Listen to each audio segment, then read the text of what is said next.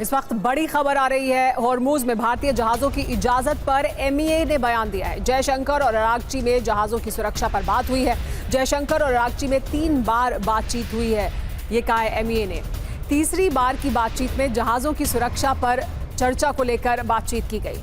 तो अब ये कहा जा रहा है कि सुरक्षा को लेकर बातचीत हुई है। एमईए ने ये बयान जारी किया है। जयशंकर और अरागची के बीच 3 बार बात हुई ताकि भारतीय जहाज जो तेल लेकर भारत की तरफ आ रहे हैं उन्हें वहां से गुजरने दिया जाए।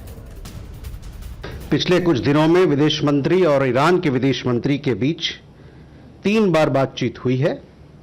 अंतिम बातचीत में शिपिंग की सुरक्षा और भारत की ऊर्जा सुरक्षा से जुड़े मुद्दों पर चर्चा की गई।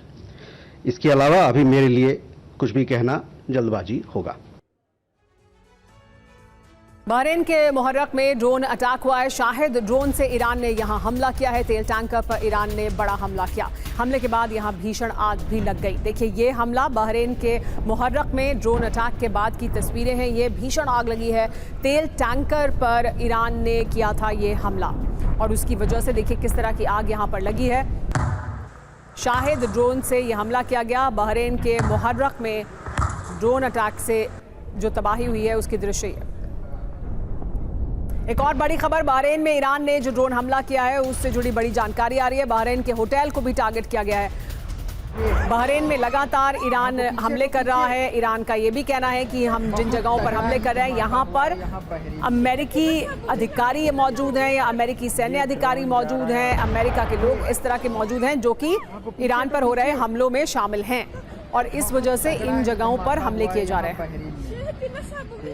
एक और बड़ी खबर, बेरूत में इजराइल के हमलों से तबाही हुई है।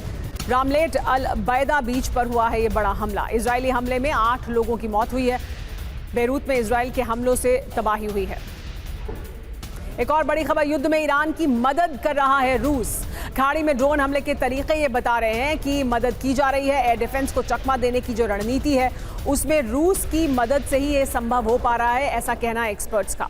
खाड़ी में कई जगह ईरान ने हमले किए हैं। सीएनएन की रिपोर्ट में ये बड़ा दावा किया गया है। तो सीएनएन की रिपोर्ट ये बता रही है, ये कह रही है कि ईरान जिस तरह के हमले कर रहा है, जिस सटीक जानकारी के साथ हमले कर रहा है, ऐसा वो रूस की मदद से ही कर पा रहा होगा। तो पुतिन का ड्रोन प्लान विध्वंसक, इसकी वजह से क्या बना है ईरान? खबर क्या है जानिए।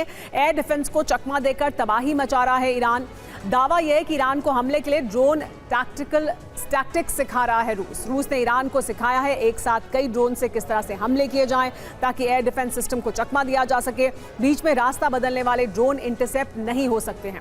रूस ने ड्रोन टारगेटिंग रणनीति यूक्रेन में भी इस्तेमाल की। पश्चिमी खुफिया अधिकारी से चौंकाने वाली ये रिपोर्ट अब सामने आई है। सीएनएन के हवाले से बड़ी खबर है। बड़ी बात यह है कि यूएई, कुवैत, सऊदी अरब, कतर और जॉर्डन में ईरान ने ये हमले किए हैं। इस बीच एक और बड़ी खबर, इजराइल पर हाइपरसोनिक मिसाइल से हमला किया गया। ईरान के हमले का वीडियो भी अब सामने आ चुका है। इजरायली शहरों को निशाना बनाकर अटैक किया गया। Whoa, did you see that? That was fast. That looked... Whoa, did you see that? That was fast. That looked... look how you run. Listen to that sound.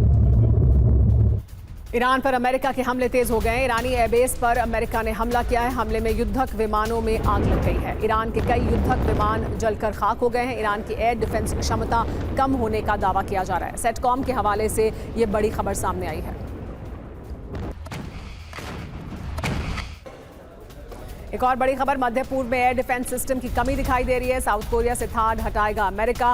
Patriot system को भी हटाने की तैयारी है। थाड और patriot मध्य पूर्व में तैनात होंगे।